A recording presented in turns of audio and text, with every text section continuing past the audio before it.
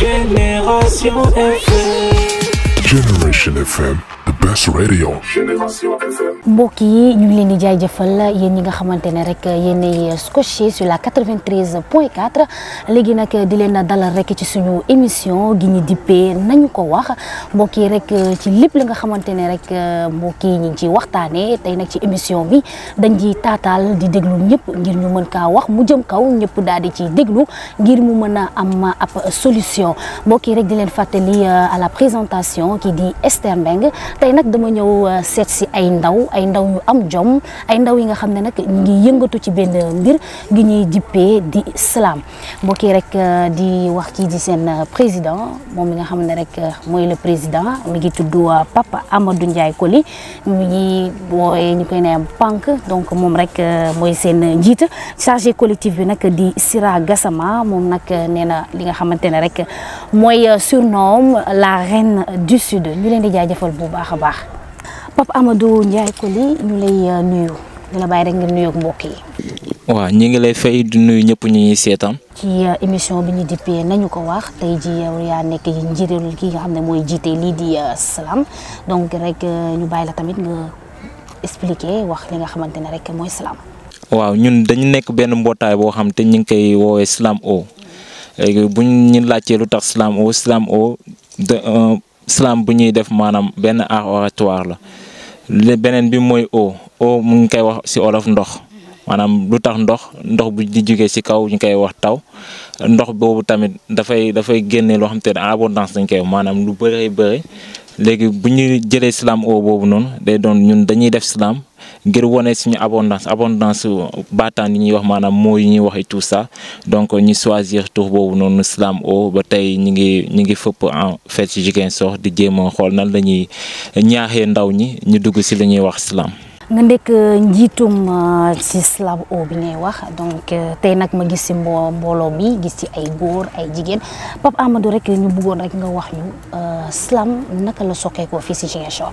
waaw Slam mi ngi sokkeekoo ci Ziguinchor boo gisee ñun fu ñu jógee dafa sori maanaam bu ñuy commencé l'école moo ñu fi andi woon ku nekk dafa jógee ba gox yoo xam te ne dañoo ute man maa ngi jógee ba Dakar kii moom mi ngi Ziguinchor voie potable tamit Ziguinchor la nekkoon ñu jógee foo xam te ni bokkut ñu ñëw léegi gis ni lu ñuy def dafa bokk maanaam maa ngi doon yëngu ci lu ñuy wax poésie ñu koy wax ci wolof nos léegi ñu daje benn jour ñu ne foog ñu xool nan la ñuy def pour mën a sukkandi aar bu ñuy def ndax ku nekk dafa jóge foo xamante ni moom kese moo ko doon def léegi ñu ngi daje première fois ci feene centre culturel régional de Ziguinchor léegi ñu toog jour boobu noonu ñu ne foog ñu créer benn collectif ci saa si tur Slam o bi ñëw ñu créer ko boobu bëriwuñu woon en fait après léegi ñi def ay sensibilisation di wàcc ci école yu bëri dem nañ fi ngir mun leen won ñun lan la ñuy def moo tax fii boo gisee ñu bëri ñu ngi koy gisee foofu noonu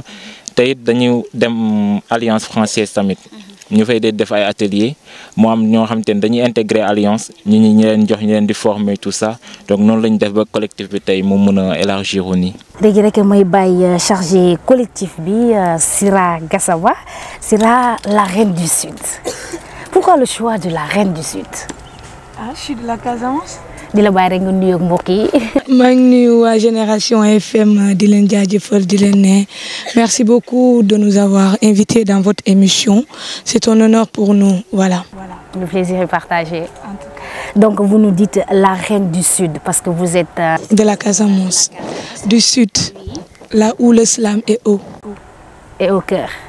Et haut. ok donc ma gis ne rek mu doon loo xam ne lu am solo la Sira tey jii ñu gis Papa Amadou mu nekk góor c'est comme ni ñu ne parité donc ñu gis ne aussi ci lii di Slam o donc parité boobu noonu ngeen ñu gis si macha allah suñu jigéen ñi ñaawul yi ñu toog fii toog waaye bu ñaañ donc lan moo la motiver ci Slam o bi. Au fait man dama ñëw ma fekk leen ñoom ñu créer collectif bi. ma ñëw ñu invité ma pour mu dugg ci Angela parce que moom xamoon na damay Slam ñii woon xawma leen ma ñëw bokk ci collectif bi ñëw gis lan moo fa nekk ma ne bon il faut que mu prendre en charge collectif bi pour ñu mën a pousser wu booster wu tuuti parce que góor moo ko nekk di jiite donc il fallait une référence féminine pour que les jeunes filles aussi ait le courage de venir parce que moom bu demee si école yi par exemple mu def sensibilisation jigéen ñi peut-être am nañ mën nañ bëgg bokk waaye dañuy ne est-ce que du góor yi kese ñooy islam est-ce que du góor yi et bu ñu ñëwee si collectif yi dañuy fekk ne am na benn jigéen bu fa nekk kon ne ñoom tamit am nañ possibilité ñoom ñëpp ñu mën a islam muy góor muy jigéen.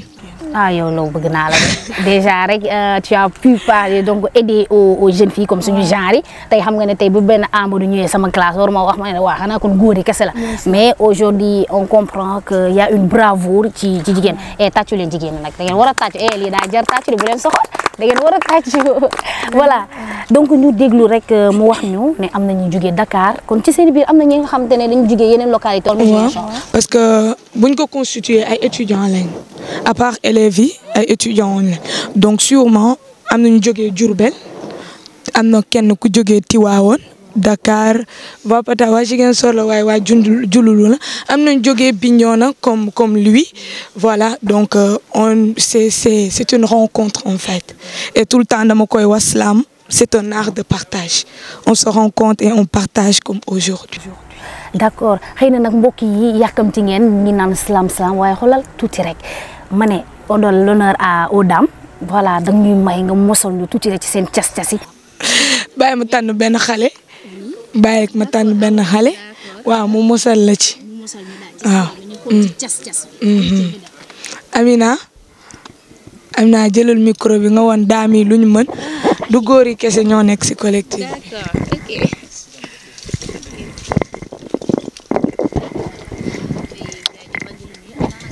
maa ngi fi ça va.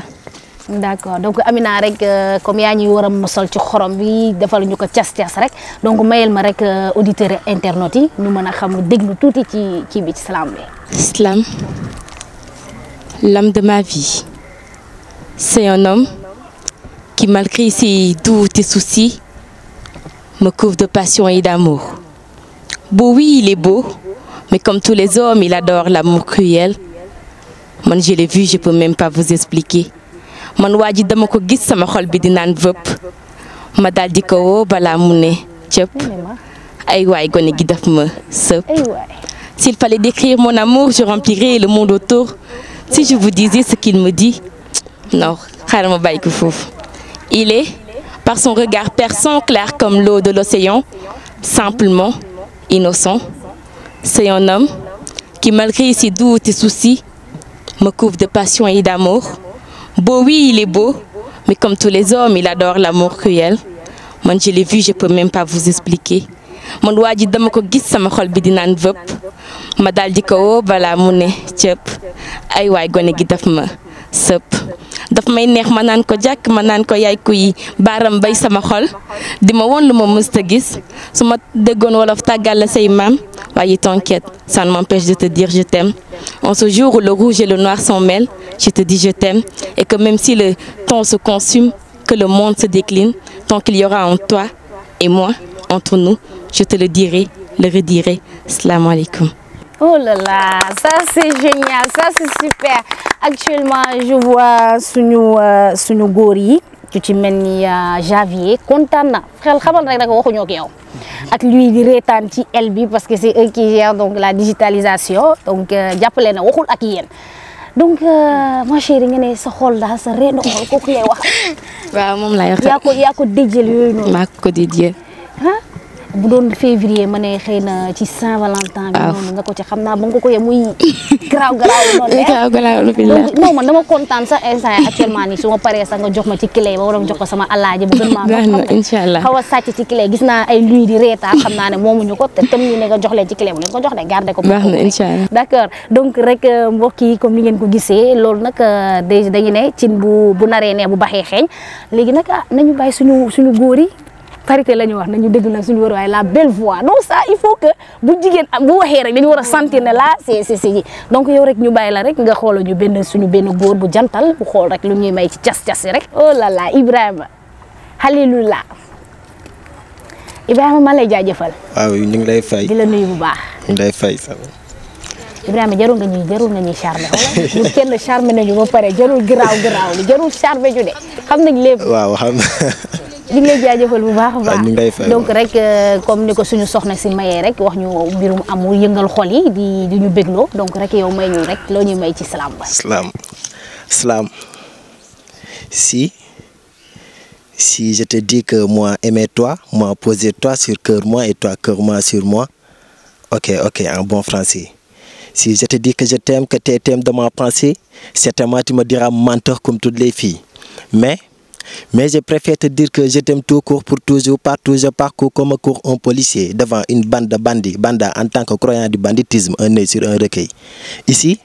Ici, pas de tombe, mais sur un hécatombe d'où je tombe, même si c'est la même comme somme sur l'encombre dans un cimetière de 1000 tombes. Tu sais que je t'aime et qu'on juste te plairait. L'amour que j'ai en toi, c'est 2 arts. En fait, c'est de l'art. L'art de marmar, de tartare, de car, de char de charme, je voulais dire pardon. Lecteur, écouteur, penseur.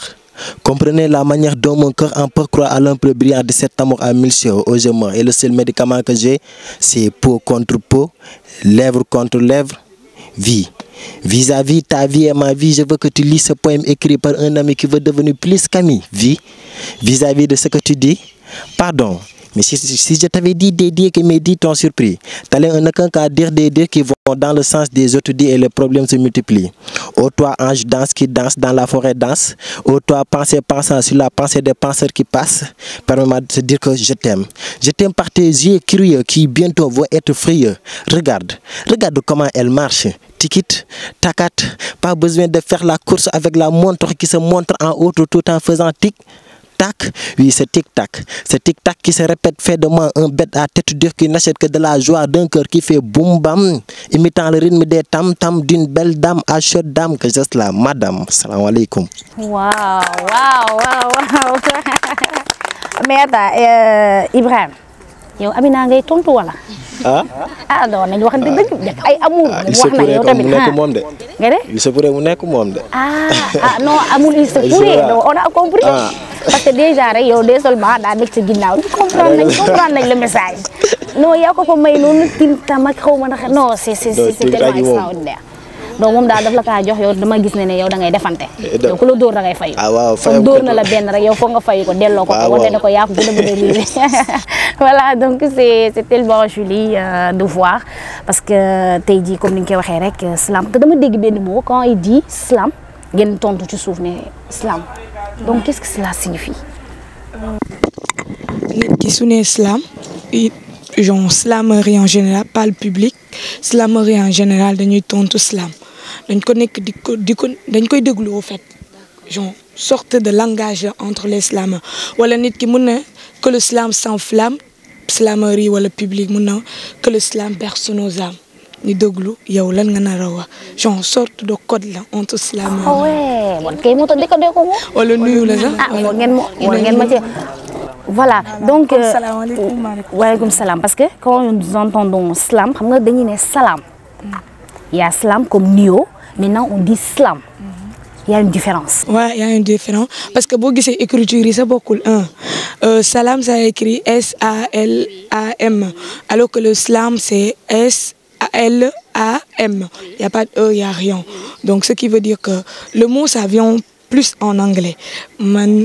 Pour jaar si historique slam tant que moo si gën a taxaw jaar la si man je parle plus de histoire de féminisme et tout ce qui se passe genre sensibiliser les filles à se dire que eux aussi ils ont la possibilité de s'imposer, ils ont la possibilité par leur voix d'être des femmes de demain, des femmes entrepreneuses, des femmes leaders. Moi je veux pas faire d'elles des femmes slameuses par exemple. Quelqu'un qui veut slammer continuer à être une artiste c'est bien, mais je te forme à ce que tu sois une dame de demain. Une dame ça c'est super. C'est ça. Oui, ça c'est super. Donc kon bu ñu dégloo rek bu ñu nee slam kon weesu na am na ci lu mu leneen li nga xamante ne mu ngay visé donc ngeen bàyyi kaddu gi rek ñu voilà donc ñu déglu ñeneen ñi. Voilà. Donc nga wax ne slam weesu na donc étant di formé sama góor bu ñaawul boobu rek moom itamit rek ñu koy bàyyi mu lay nuyu bu baax di la jaajëfal. Voilà asalaamaaleykum. waaleykum salaam. maa ngi tudd Rahim Koli. Rahim Koli. waaw di surnom de voix potable comme ni ko déggee ci gars yi. oui. voilà. lan moo la dugal ci slam. man man mun naa ne curiosité rek waaw curiosité ak xama xam nga ñu bëri dañuy ne bëgg buzz moo tax ngay dugg ci islam mais man peut-être mun naa ne curiosité ak bëgg passion wóolu sama bopp te gëm sama xel moo dama dugg ci islam waaw voilà yëpp. d'accord donc loolu moo la motiver ci islam te bu ñu xoolee Coly jàmbaar parce que jàmbaar rek yaakaar naa ne moom moo mën a def islam donc Coly ñu bëggoon rek est-ce que ñëpp mën nañ def islam. waaw ba mais si c'est-à-dire islam def islam mooy maanaam yow da nga koy gëm rek tant que yaa ngi koy gëm di nga ko mën a def mais tant que gëmoo ko tamit doo ko mës a mën te doo ko mës a def tamit waaw. donc lan mooy damay dégg ngeen ni rime déjà man xaw ma la ñuy rime des fois nga dégg ku leen a montre tegal la ci benn xaw ma naka rime voilà donc comme ni ñu ko mayee ay tic tac xaw ma naka affaire yooyu doon donc dama bëgg xam rek ci noonu nan ngeen koy xuusee wala dañ leen koy bindal wala yéen a koy rimel seen bopp yéen a koy xalaatal seen bopp. non parce que boo xoolee islam avant tout poésie la te nag képp ku la mënta ne poésie ma da ngaa xam ne versification la bëgg a wax te na versification moom mooy lan en fait. boo duggee ci jàng bi mooy ci nasaraan bi mooy ñu lu ñuy jàng en fait quoi français bi versification moom quelque chose en fait wala qui se réfère ci lu nga xamante ne daal ci loolu nga war a basé wu nga mën a def poésie ou bien bon ci ma lu ma xam quoi voilà léegi nag boo déggee rime mooy maanaam lan la kii répétition de même son en fin de vers ou bien en fin de phrase loolay rime léegi nag kon boo dee ma xam loolu ba pare mooy maanaam kon rime yi warul métti si yow quoi en fait mais nag salaam nag du mooy maanaam forcément rime voilà ñu bëri ngi ne salaame mooy maanaam rime mais bon man je dirais ni que salaame mooy maanaam lan savoir parler savoir à se montrer face à un public voilà c'est tout simplement ça. d'accord Coly rek nga jox kàddu gi ñeneen rek ñu daal di ñu bokk parce que public bi dañ leen a soxla déglu ci ku ci nekk joxal kenn rek donc rek ñuy wéyal kii bi. la belle Assome nuyu naa la. ma nuyoo leen. maa ngi lay jaajëfal bu baax a baax. man tamit. yaa ngi si jàmm. waaw. lu mu dégg. man dégguma français de. nga ne la nasaraan. xalaatuma ko dégguma ko. da nga jéem ci wolof bi de. waaw damay jéem ci wolof bi. waaye dégg nga na nga def. waaw maa ngi yaa ngi fi yaa am jàmm. yaa ngi noos. waaw yaa ngi salaame. waaw waaw comme yaa ngi salaame may ñu benn salaam ñu dégg. pare goo ci kii bi daal instant yaa ngi ci début yaa ngi débuté donc rek Assome ñu bëgg mu gisee milieu islam bi.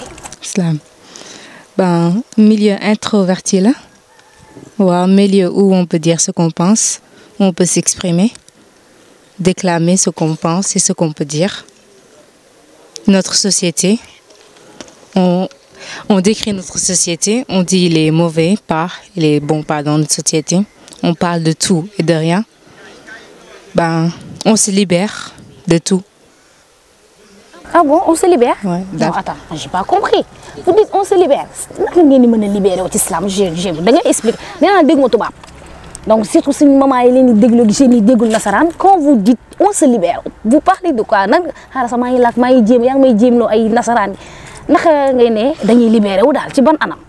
Genre par exemple man su ma waxee on se libère genre la may see wax genre je calcule rien du tout, je dis tout ce que je pense comme je le pense et comme je le sens. Ah d'accord maanaam yow daal heure bu la ko safee nga wax maanaam boo xoolee timidité daal du day jaaral ko ci islam donc ça permet à ce que. de s'ouvrir. Par exemple je calcule rien quand je slame juste pour que l'islam s'enflamme. donc ngeen di flamme xol yeeg xel yeeg yooyu noonu non vous êtes fort donc nga jox keneen rek kàddu gi ñu.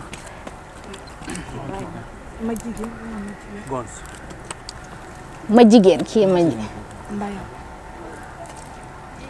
si kii ma jigéen na ma jigéen sama jigéen ay non da ngeen ma jàngal non war a ñëw rek doo waa charmé rajo bi ku wax rek xoolal damay islam da ngay wax ma riime soo riime rek man du ma waxtaan ak yow tax damay kii Javier préparez-vous de à la rajo yëpp laay riime dama leen nuyu bonjour jour il fait jour le soleil jour yeeg yooyu laa leen di may ku ko déggul rek voilà nga dem xool leneen waaye yooyu laay def Ma chérie, comment tu vas? Ça va bien. Ça va bien. Yaa ngi si jàmm? waaw maa ngi si jàmm. Oh là là, c'est mignon. Donc dama gis rek président avant may ñëw ci moom ma gis ne ay ndaw ngeen ay jeunes parce que tey bu ñu xoolee xool gisuñu fi ñi nga xam ne ay 30 ans ak yooyu ay ndaw la ñu gis donc rek ñu gis ku xool ma jigéen xam ne voilà donc elle est jeune ma jigéen elle fait partie donc de l'équipe ma jigéen ça va? Ça va bien. Oh là là, yaa ngi si jàmm?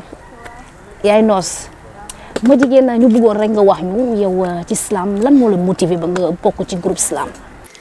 genre lu ma motiver ci islam bari na parce que depuis ba ma amee 10 ans 11 ans maa ngi def ay concours poésie au niveau régional léegi avec l'islam ça renforce vu que dama dañ kumpa ba pare sopp lu nekk laay bëgg dugg léegi loolu bokk na ci lu mu dugg ci islam. Tu m'as parlé de 10 ans 11 ans donc xanaa doomu Victor Hugo nga loolu bokk. wala loo bokk ak Léopold Sédar Senghor loolu bokk.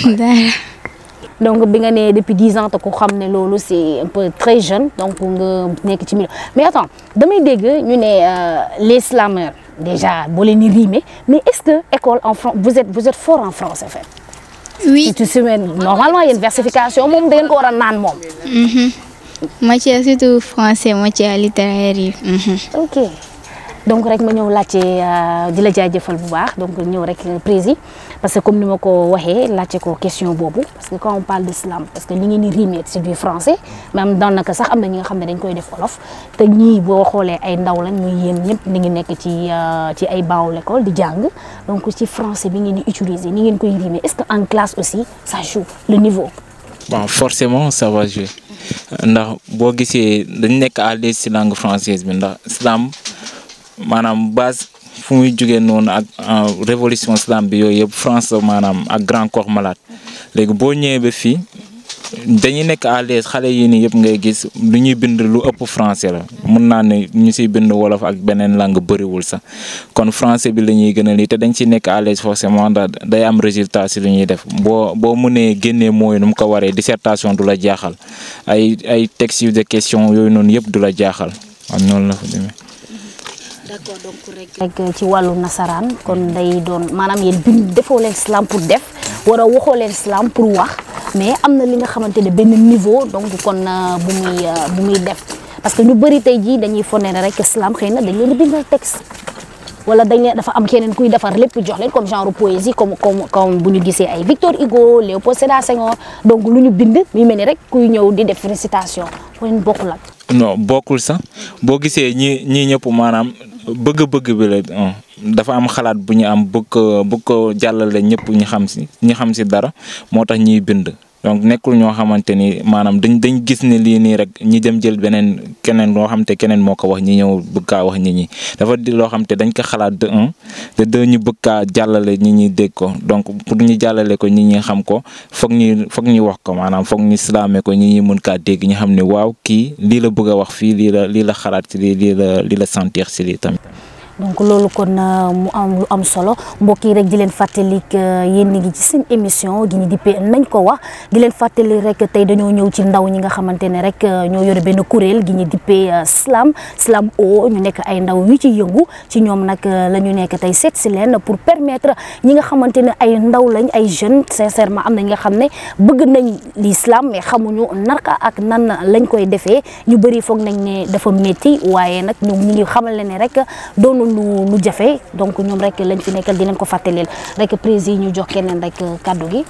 Hugo comme Victor Hugo. Oui. Hugo le boss. Merci. Comment ça va? Ça va bien. Le boss. donc xam naa ne war nga ñoo baatere def fi ñu toog nii nga war ñoo baatere ci xaalis comme tu es le boss. Merci pour l'émission et pour le déplacement et tout. Pour Hugo le boss, c'est pas question que bon Khaïs là et tout. En fait, j'ai pris comme ça de mon nom vrai, c'est lui de Gonzague Bakilon. Et j'ai pris comme artiste, comme nom d'artiste Hugo le boss. Et Hugo, ça veut dire je rends hommage d'abord à Victor Hugo, cosplay que je dis Hugo, parce que j'ai commencé à écrire grâce à Hugo et tout. Et le nom boss à la fin de Hugo, ça veut dire que je suis maître, ou bien je peux dire que je suis le boss de mes écritures, le maître de mes pensées.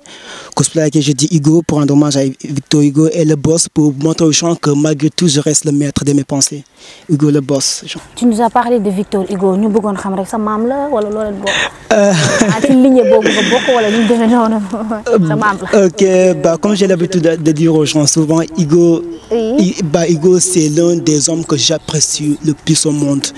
Bien avec une bon du coup, ça a été un honneur pour moi de décrire comme Hugo. Et je me suis même dit que je vais être comme lui, voire même le dépasser, comme il avait dépassé Chateaubriand. C'est ça en fait. Donc rek nga may ñu comme sa maam la sa idole la donc rek ñu bëgg buñ ko gisee ku ko xool gis ne ah yéen ko gis de sëtam la donc surtout Victor Hugo la donc rek nga may ñu rek benn slam rimel ñu slam le slam xaw ma naka non da ngeen may jàngal man foog ma ñëw bokk fii laa bokk sax léegi boole ma ci liste bi maa ngi ci biir ay ca ñu dem ñu rimel ok baax na que le slam s'enflamme et que le slam berce nos âmes. Avec la puissance de mes slams, je déclame sans état d'âme, je proclame les slams de mon âme. Et que ce bas monde me blâme, si moi, Hugo le boss, je réclame les flammes. Salam alaikum. Oh là là, ça c'est mignon. Non, il faut man, intégrer là, madame.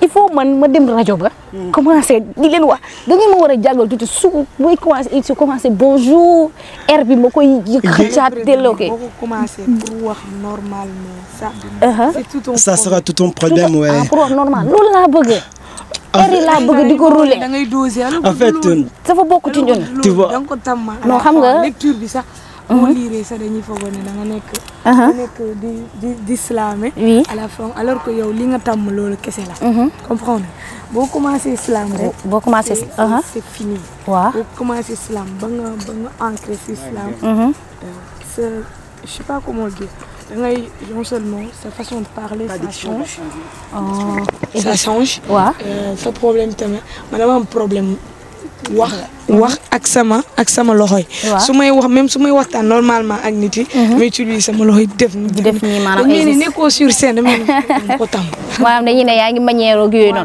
lolu la bëgg xam nga dañ ma xamé manam dañ ma xamé benn wax mais des fois année 2023 lay lepp wara bess dañ ma wara gis may wax may rouler air yi bonjour le jour est jour aujourd'hui non il faut me def lolu mais jeex na non suba boobu laa leen may ngeen bon ngeen non ñu ngi lay accueillir voilà donc nga ne ko man waaw may ma rek may ma ko ma kii ko suba dama leen koy may bonjour comment va le séjour et votre bravoure à tous les jours ba pare bu beneen jour bi nga waxal ma beneen clé mu chaque jour ñu xamé ma ci benn bonjour rek ñu ne la bonjour il faut nga génn feneen ñu ne waa kii fu mu jaar ma non le débolé franchement parler si vraiment tu as envie comme on dit souvent avec les enfants et tout notre collectif nous sommes genre comme nous sommes de la Casamance on se dit que vu que la Casamance on s'entraide mutuellement avec le collectif aussi c'est la même chose on ouvre les bras à quiconque. L'essentiel que tu as la volonté, l'ambition et aussi la passion de vouloir faire la chose.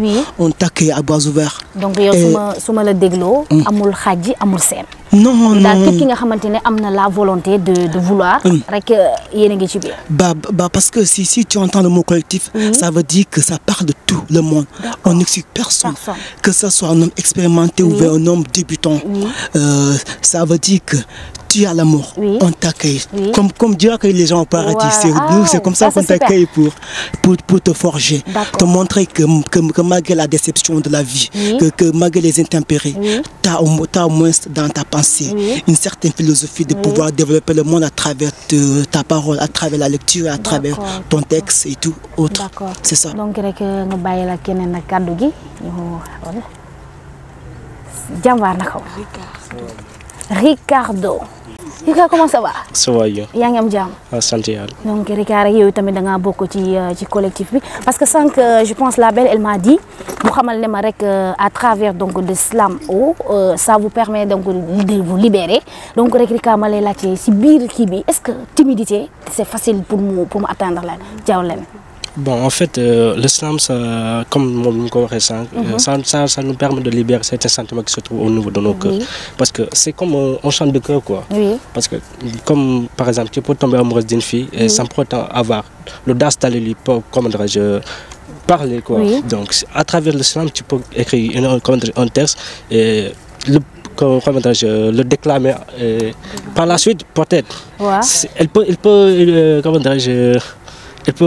peut entendre par exemple le fait de slammer. Oui. Elle peut avoir un aperçu à soleil, quoi. D'accord. Ouais, donc ça comme sànq Ibrahima ñu moom ak l'autre là Amina moom ak Amina ñuy garaaw lu xoolal mu wax ko rek moom tamit mu ne ko non ñun ñu comprendre ñu décoder naa ko bu yàgg donc c'est ça yow xam nga yow déjà yow waroon nga laal leneen nga ñëw ne on doit déclarer ay ca ñu dem non moi j'espère que rek duñu fi déclarer kenn je suis juste un débutant, quoi. Oui. Donc j'ai pas encore eu de texte donc tu sais que je pourrais déclamer ici, donc je suis en train d'écrire pour le moment, quoi. D'accord. Donc ay naanaan ngeen yéen daal damaa yaakaar ne da ngeen a lëkkaloo ak Victor Hugo Léopold Sédar Senghor xam nga déjà rek génération bu nekk rek dafa war a am lu muy kii donc yéen a ngi yee génération yu njëkk yi donc loolu laa gis donc mu am solo rek nga bàyyeel keneen rek kàddu gi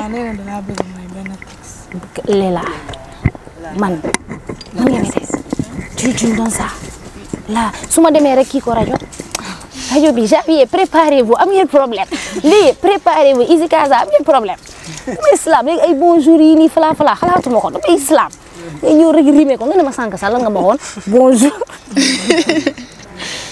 bonjour dans le séjour comment vous séjour xaw ma naka hey damay ñëw graaw ma belle comment tu vas. Ça va bien. yaa ngi si jàmm. nuyu la ak mbokk yi. maa ngi leen di nuyu di leen naan kii daal teew leen si jàmm sax. Slam.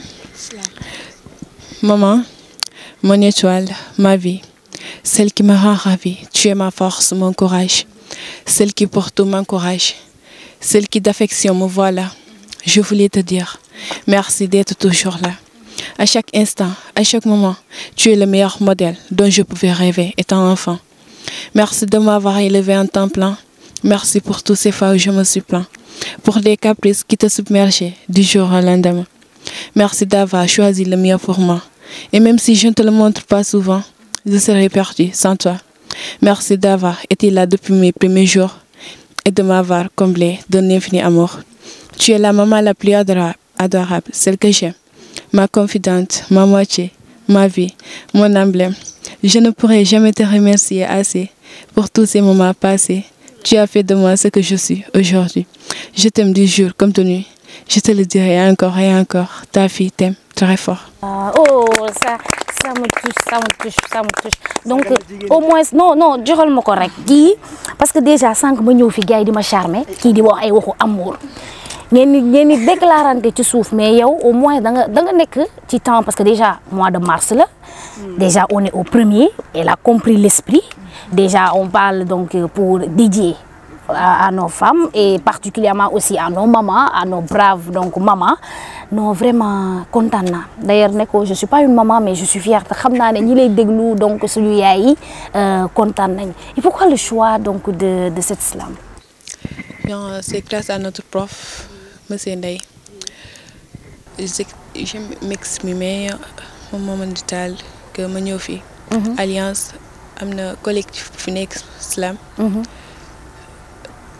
Dinañ ma aider daal pour que bind de gens poésie di bind comprendre naa sa ci kii bi la ci ligne bi la ci sëtu Victor Hugo ak yooyu noonu ay Aimé Césaire ak Léopold Sédar Senghor ak yooyu noonu yëpp donc yéen boo leen nii quand vous rimez les choses ngeen nekk la dire à la maman et avec vos plumes day mel ni yéen ngi jàkkaarloo avec la personne. Quelle sensation avez-vous quand vous écrivez, surtout quand vous adressez comme vous l'avez fait donc à votre maman? Quelle est la sensation en fait que vous avez? dañuy kontaan rek. dañuy am benn contentement boo xamante ne. donc est-ce que mus li nga wax ni jàkkaarloo nga sa yaay donc wax ko ko. Oui. Ok. Et comment elle était? Elle était très contente. Contente. Non ça. Joyeux. Si. On doit commencer à jouer ça. Déjà, adressé au. Xam nga bi ngeen wax ay wax amour. Da ngeen may gis ma jooy ma. Déjà sama xara sax ma fomp.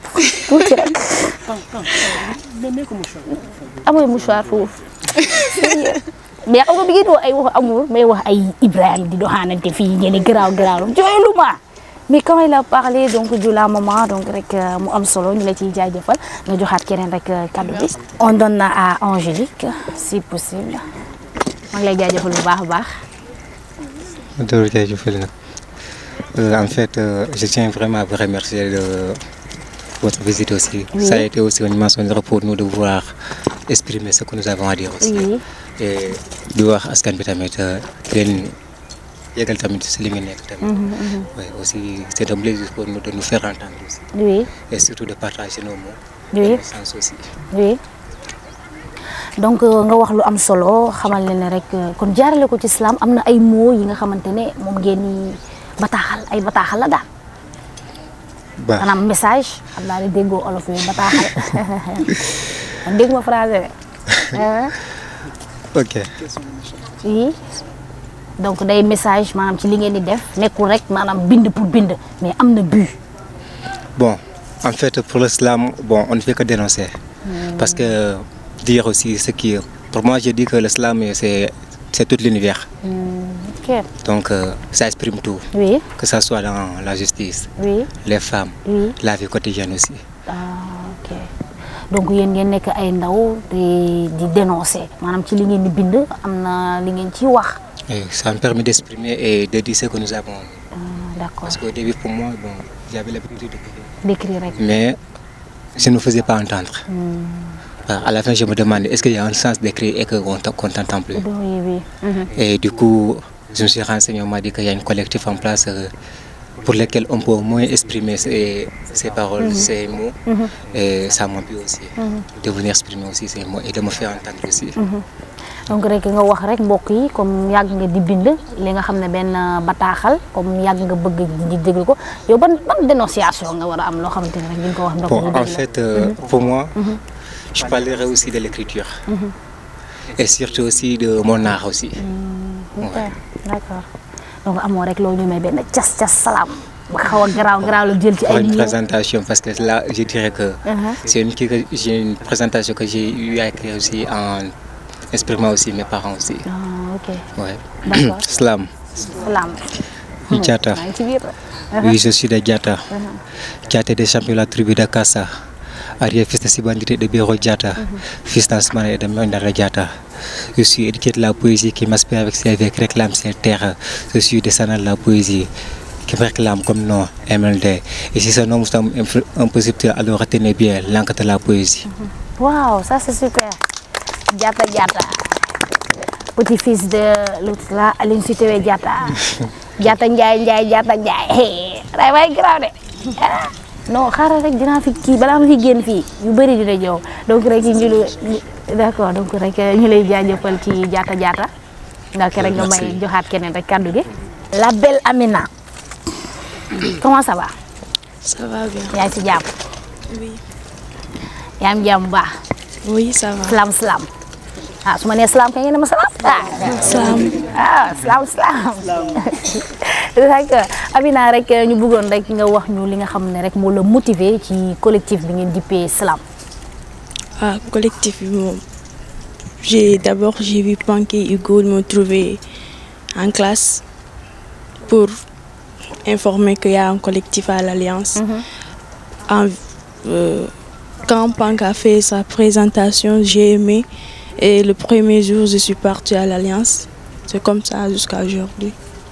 D'accord. Bi nga duggee Alliance qu'est-ce que lan nga jot a réaliser wala da ngay xool ñoom Pank comme ni ñu ko waxee ba Panko rek. Ah, Pank kii dafa Pank. Ah, ba Panko rek. J'espère que Panko d'accord donc c'est comme ça sûr non. Voilà. Amina nga wax rek da nga dugg donc ci collectif yi est-ce que da nga nekk di topp gars yi xool seen texte wala yow tamit jaarale ko ci li nga gis comme nee nga ba mu présenté mu doon li la dugg donc est-ce que am na li nga xam ne rek jot nga ko bind wala loo xam ne rek yaa ngi ci nekk. Oui, si.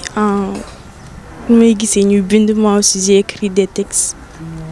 d'accord kon daal suma xayma cela veut dire que maanaam nekkoo leen fi pour di topp kenn ci ginnaaw mais aussi vous créez donc boo xoolee kon islam y a dafa am benn art bu lay permettre nga créer ci say propre mots. loolu laa doon wax sànq nee naa la. micro. c'est un art de partage. man la ñuy suñu slogan collectif bi loolu la. islam un art de partage. on partage tout. par exemple mun na nekk bu bees ci collectif bi. man ma yàgg fa. ma ne man dama koy former. ma yéeg sur scène ma slamé ma wàcc mu ne ma Tata Sira comme d'habitude ñu may woowee. ma wàcc mu ne ma Tata Sira ni nga slamé nii su ma sañoon boo defee lii moo gën wala ni nga defee nii sa texte bi daal neex na waaye est-ce que doo si yokk lii est-ce que doo si changer lii affaire yooyu noonu dañ leen di permettre dañ leen jox liberté ku nekk nga bind sa texte boo bindee sa propre texte nga envoyé ko président Pank boo ko envoyé Pankul sax dafa noppi de moom fii nii ku bëri histoire va potable nga envoyé ko Pank mu corriger la mu réenvoyé la nga jàng texte bi spectacle bu amee buñ la choisir nga taxaw nga def seen instant yi nii fii mun naa wax ñoom ñëpp jaar nañ sur scène léegi nan nañ xam lan mooy seen exactement. D'accord donc yéen daal maanaam doo leen nekk di vous donner la liberté à tous. à la personne à la personne et en plus da ngeen koy bàyyi mu bindal boppam lu mu xalaat. léegi bu ko joxee Pank prési waaw moom mu pankal ko ci kii bi. te li ma ne ci futur si ñoom. problème bi mooy ñun bu ñu commencé man surtout man bi ma commencé bind français laa tàmbalee waaye ñoom bu ñu commencé bind dañ commencé direct ci olof.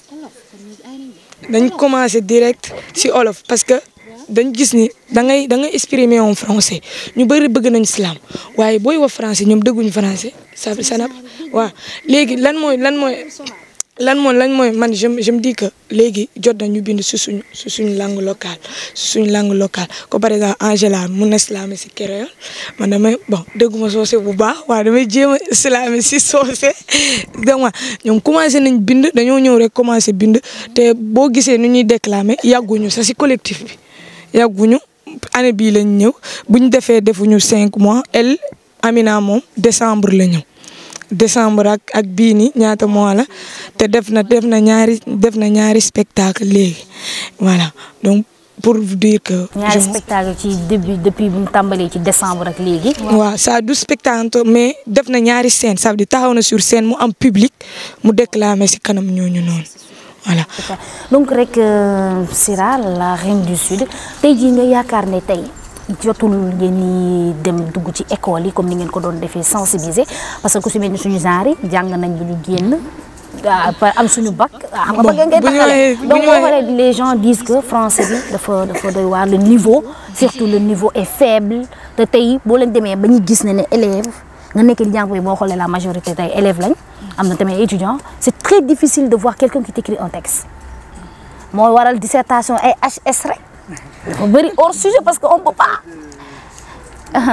Oui. Voilà su ñu waxee ci affaire de sensibilisation man du ma dem Igo dina ma dóor d'habitude du may wàcc sur le terrain man il m'amène moi on forme ensemble wàcc sur le terrain ñoom ñaari ñoo koy def donc ñoom ñoo la ci mën a wax dara. sama parce que on a partagé je pense le même école l'autre mot. Mamadou donc voilà on se connaît. Petit poète. voilà xam nga ne man tubaab damay takkale.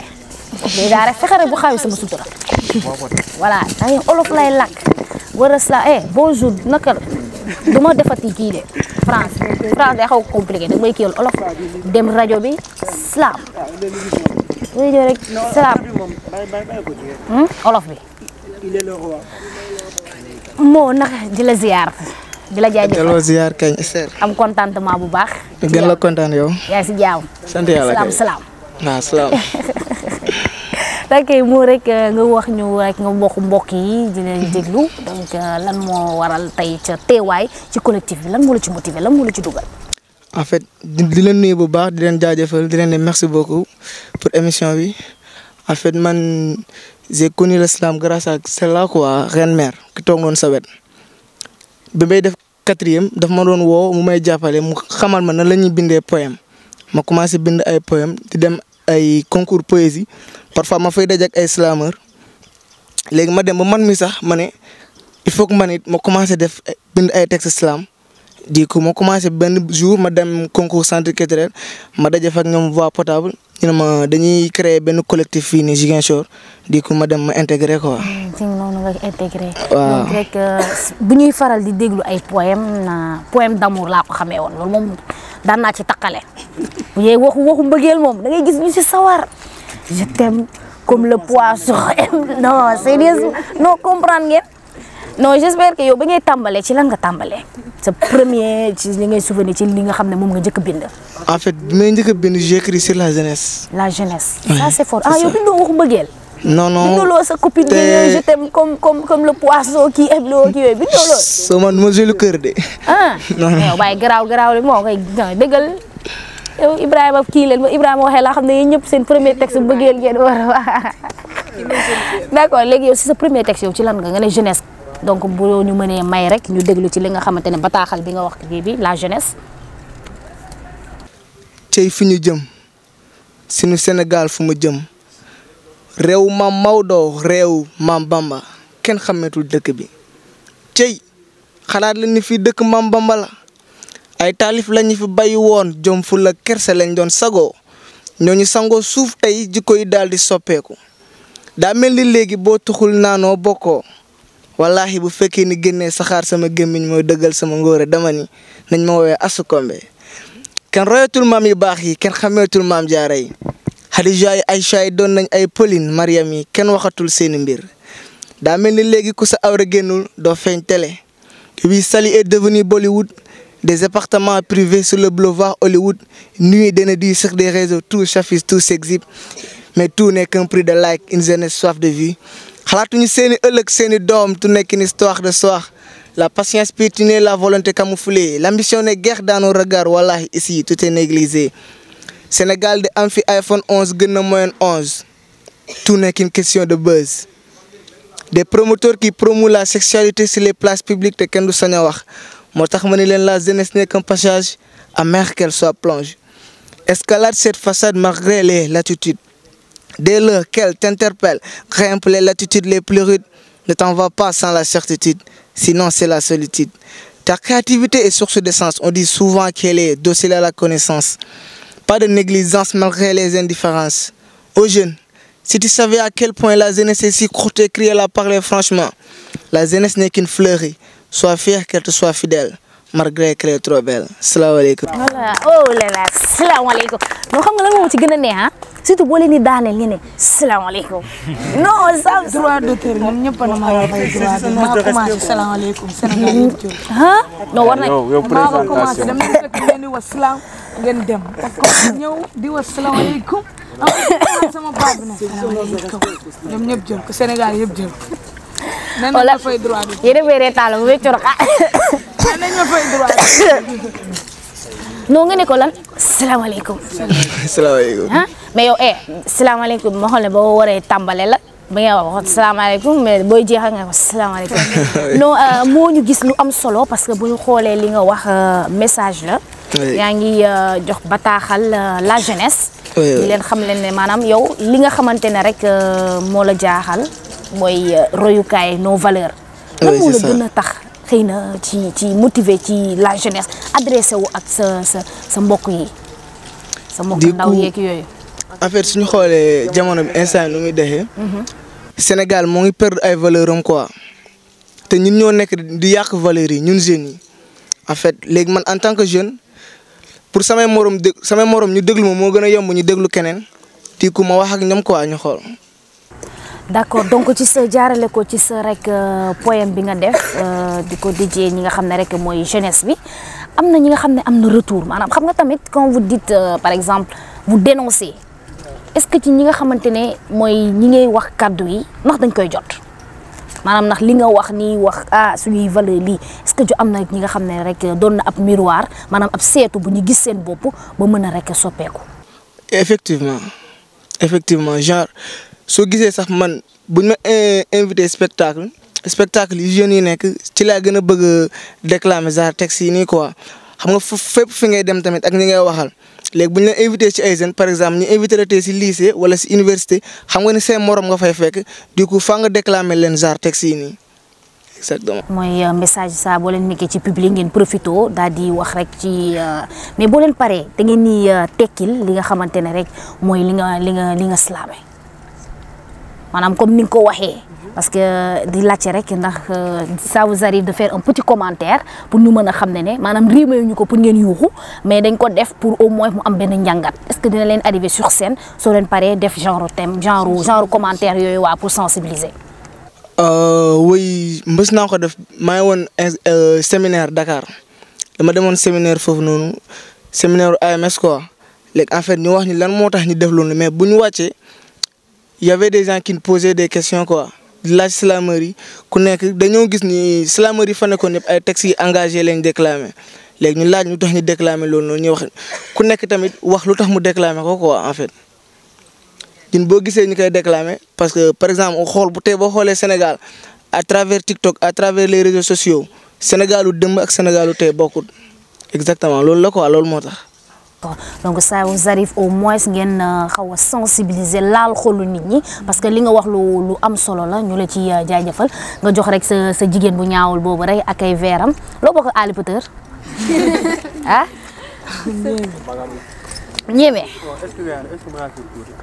d'accord y a pas de souci joxal sama waa ji rek ngay def benn intervention ci jeunesse bi daa mel ni jeunesse bi da laa cuq de. waaw parce que jeune là quoi. waaw daa mel ni yow da nga ciy engagé. ah c'est ça. non du critique ça mais en fait maa bëggoon soutenir thèse quoi en fait parce que tey boo déggee tey ñu ne slameur mooy maanaam nga xam ne dafa lucide quoi te nag slam sans lucidité àndul. waaye man j'aime ce slameur engagé mais slameur nga xamante ne moom daal si bëggee rek lay bindi wala daal si bëggee kese lay déclencher comme par exemple mooy comme woykat boobu na xam nga Jéba je sais pas quoi là quelque chose comme ça voilà je l'aime pas trop quoi parce que boo xoolee ñun dañoo nekk si dëkk bu nga xamante ne ba mooy dañoo bëri quoi moo avec MAUX dañoo bëri trop kon boo ne yow da ngay topp mbëggeel bi de trop amul sens quoi en fait voilà te nag slameur nag prophète la quoi dans un autre sens figuré je veux dire.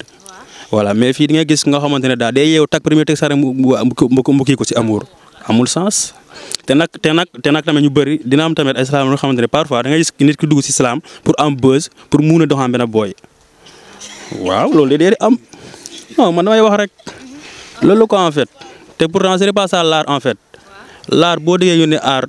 c'est pas tout simplement. d'accord yow may ma nga ne am na ñoo xam ne loolu dinaa si sawar wax nga ne am na ñoo xam ne dañuy dugg ci la waaw comme ñii benn buzz ak pour maanaam parfois nga xamante ne. day gis benn booy. waaw xam nga léegi moom day ñëw ji ma base bu daal si islam bi. mu doxaan booy bi. est-ce que vous voyez code la. voilà man nag. man moom loolu tam moom bu ñu demee ay événement salaam ni pank muy noonu pour ma joxe sama numéro sa rarement. ma ko dee bëgg. kon des fois dañ leen laaj say numéro. voilà da ngay wax tag rek ñu lay woo waaye grand jox ma sa numéro parce que xam nga da ngay xam ne que kii soxla salaam bi quoi en fait mais lii ak lii la da nga lay sonal quoi en fait. non da ngeen a garaaw parce que xawla sànq ni mu ko rimé waxu bëggeel imagine ami naa wax rek de xam nga mënoon a choisir bañ sax ma comprendre non mais yéen wax non xoolal Amina wax boo déggee rek mu tontu ko maanaam cuq na ko. da ngay wax loo comprendre naa.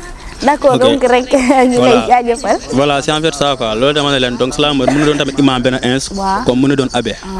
voilà loolu la quoi parce que ab njàngat la bi nga xamante ne rek moom ngeen loolu kese la. donc nekkul ay waxu mbëggeel rek. non parce que comme ni ñu ko dee man ba may dégg slam de dama foog ne ay waxu mbëggeel rek. man bien vrai ay am ba war a engagé bu bind l'amour de ma vie war koo réciter ci kanamu janvier bu signé rek ma xam nga ma dem ci àllaaji ne ko yaa gën a xam mu ne ma damaa garaaw te fekk garaaw ma xam nga rek ne ko je t'aime comme l'eau man loolu rek laa ci mën je t'aime comme le poisson yooyu rek laa ci mën. maanaam kon yéen d'accord donc ci slam bi dafa ëmb lépp. Oui. Comme je te le disais, amna slam conscience. Et quand on dit slam conscience, d'abord quand on dit le mot conscience, on parle de quelqu'un qui est du sud et quelqu'un qui est prêt à connaître comment fonctionne le monde.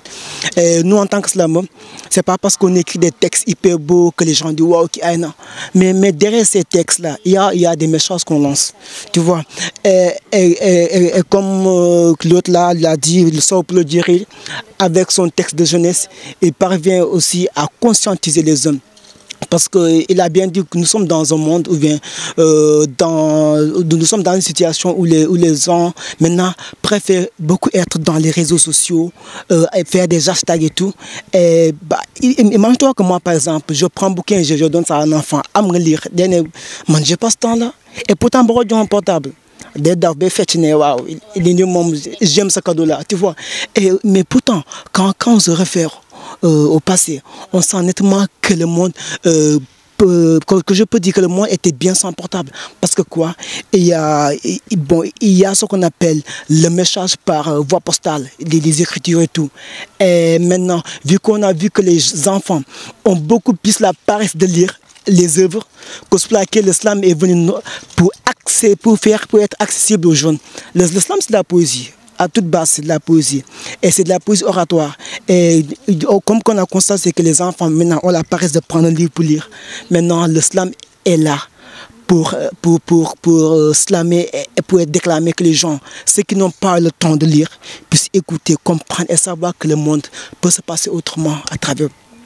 Et aussi, comme je vous l'avais dit, sur les descentes au niveau des écoles, on a fait pas mal d'écoles certainement cette année, avec le grand slameur Voix Portable et notre président Pank le Mystérieux, l'un des meilleurs dans son domaine. Et donc du coup, on a fait pas mal de descentes au niveau des écoles. On a pu en tirer des profits, on a pu en tirer de bons slameurs. Elles sont là. Il est là et autres, tu vois. Donc ça veut dire que l'islam concerne les jeunes, mais aussi pas seulement les jeunes, toute personne qui a l'âge et l'ambition de slammer, c'est ça. D'accord, di leen jaajëfal juste ces interventions yi ñuy bàyyi rek kaddu gi ak l'ange des mots Angélique Mendy waxtu bi nag daf ñu xaw a xoj waxtu bi bëggoon nañu gën a wëyal donc rek ange des mots rek nga sànni ci say kaddu ci. Asalaamaaleykum samay nawle asalaamaaleykum ñu ñuy déglu asalaamaaleykum mes chers techniciens, ceux qui sont derrière les caméras. Yéen a ngi jëf liggéey ju rafet bien que du yéenay feeñ mais nag ñi dañoo war a xam ni déjà ñun mii di feeñ li fi rafet rek ñooma seen liggéey la ñoom kon nag lu jar a bàyyi xel la. Mais lay nuyo yow Esther de la santé bu baax d'avoir porté le choix sur le collectif Slam O pour cette émission Parole aux jeunes. Je suis très contente pour ça. Et concernant le slam, c'est ma passion. Motax goudi sax dina def tout ma teew. Déjà tardé na mais dama xamni tassé na ak fay bama bëggon renoncer na dañ ma né émission bi jeex na paré nañ. Mo waral ma doon ñëw sama saak sax bayal nako jakartaman bi moy lool voilà mais dama né dal femme ag parce que slam fi mu tollu la ci man en fait ak numa xat-xat damay bëgg def tout ma teew fa ndax permettre na ma am possibilité d'exprimer librement sans crainte voilà té dafa doon li nga xamantene bol nak sama dundu en fait. Donc rek dañ yàgg nañ la di la déglu ci ay mbir kii nag rek mooy Angélique Mendy l'ange des mots nga may ñu rek benn slam rek xaw ñoo kii war rek ñu daal di tëj ci émission bi. Slam, que le slam s'enflamme, que le slam berce nos âmes. Voilà, je pense que ñëpp déclamer ci yeneen langue moi je vais damay jéem a génn dellu ci suñuy maam yu njëkk yu fi nekkoon. Wa Casa de Massa à ma vie. Ma aminha mãe non deu. Ali ele licode. Ah, coração fria neste momento com a Beu. Buscou toco, mas logo Deus obrigado. Ali lubo. Mas ali lubo porque busta longe de mim, mano, dia. Busta longe de minha coração. Porque busta. Mas nunca tem o quem que me. Mas o costa bandi, quem para mim. Mas você está castiga, você está trabalhar, você está tudo para bem de mim. mankatene nada, mantene fé de frianta bu coração. Ntene fé de frianta bu coração porque a minha vida. Mas, pabo, maneco seta faz tudo para mim, na seta para fazer tudo, pabo. Mas, de hoje para iwi, porque o de onde na poch, a onde que don que banham, iwi chung. Sama ndey, sama yaay sama lépp di sama cofeel di sama bànneex wasalaamaaleykum. Voilà, ça c'est super. Donc rek ñi nga xamante ne rek toujours donc yaa nekk l'ange mi dippee l'ange des mots toujours rek ba tey moom moo nekk la championne fii ci li nga xamante ne rek mooy zone sud bi. Donc ça se voit que voilà comme ni nga waxee championne au moins ils n'ont pas juumunu ci li nga xamante ne rek moom mooy le mot ci championne bi nga xamante ne rek moom nga nekk. Ouais, effectivement parce que déjà mën naa bañ a nekk tout le temps au niveau des ateliers di descendre sur le terrain mais je travaille toujours chez moi parce que des fois dañuy naan liggéey du question de ngay def lu ñi di gis. Tout le temps mooy yaa ngi liggéey mën ngaa liggéey tey du ñëppay teg seeni bët ci li ngay def mais jour bu yàlla naan tey da ngay wane li nga doon jëf léppay sotti en fait te loolu la je travaille intérieurement avec le collectif aussi je travaille parce que le slam est toujours un art de partage chez nous le collectif. dañuy bokk ba tey jii nii nu ma nekkee championne teewut su ma amee texte mën naa ko envoyer Pank mën naa ko envoyer Igo mën naa ko envoyer sax les plus petits du collectif en fait parce que dafa doon li nga xamante ne ku ci nekk am nga ci sa grain de sel te boo xoolee actuellement dañ doon waajal 8 mars déjà ak ñoom. bind nañu dara bind naa dara du ma ne bind naa dara mais bind nañu dara lay wax voilà ndax actuellement ñoo ngi koy waajal te incha allah j'espère bien dina doon li nga xamante ni ça. D'accord amul benn problème. D'accord merci beaucoup aussi pour l'invitation bul éviter janvier te nga éviter mu ne la nga bind ko test d'amour te yooyu laay bañ boo mag luy bàyyi ma rek man ma ñëw ak yeneen kii Ibrahima day ñëwaale.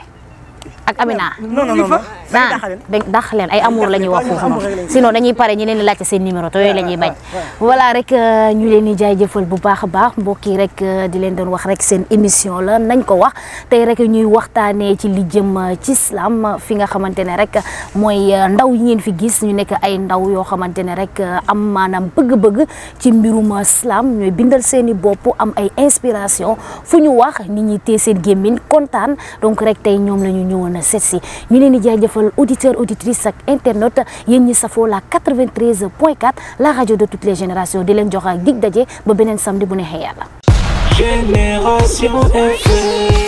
Generation FM, the best radio. Génération FM.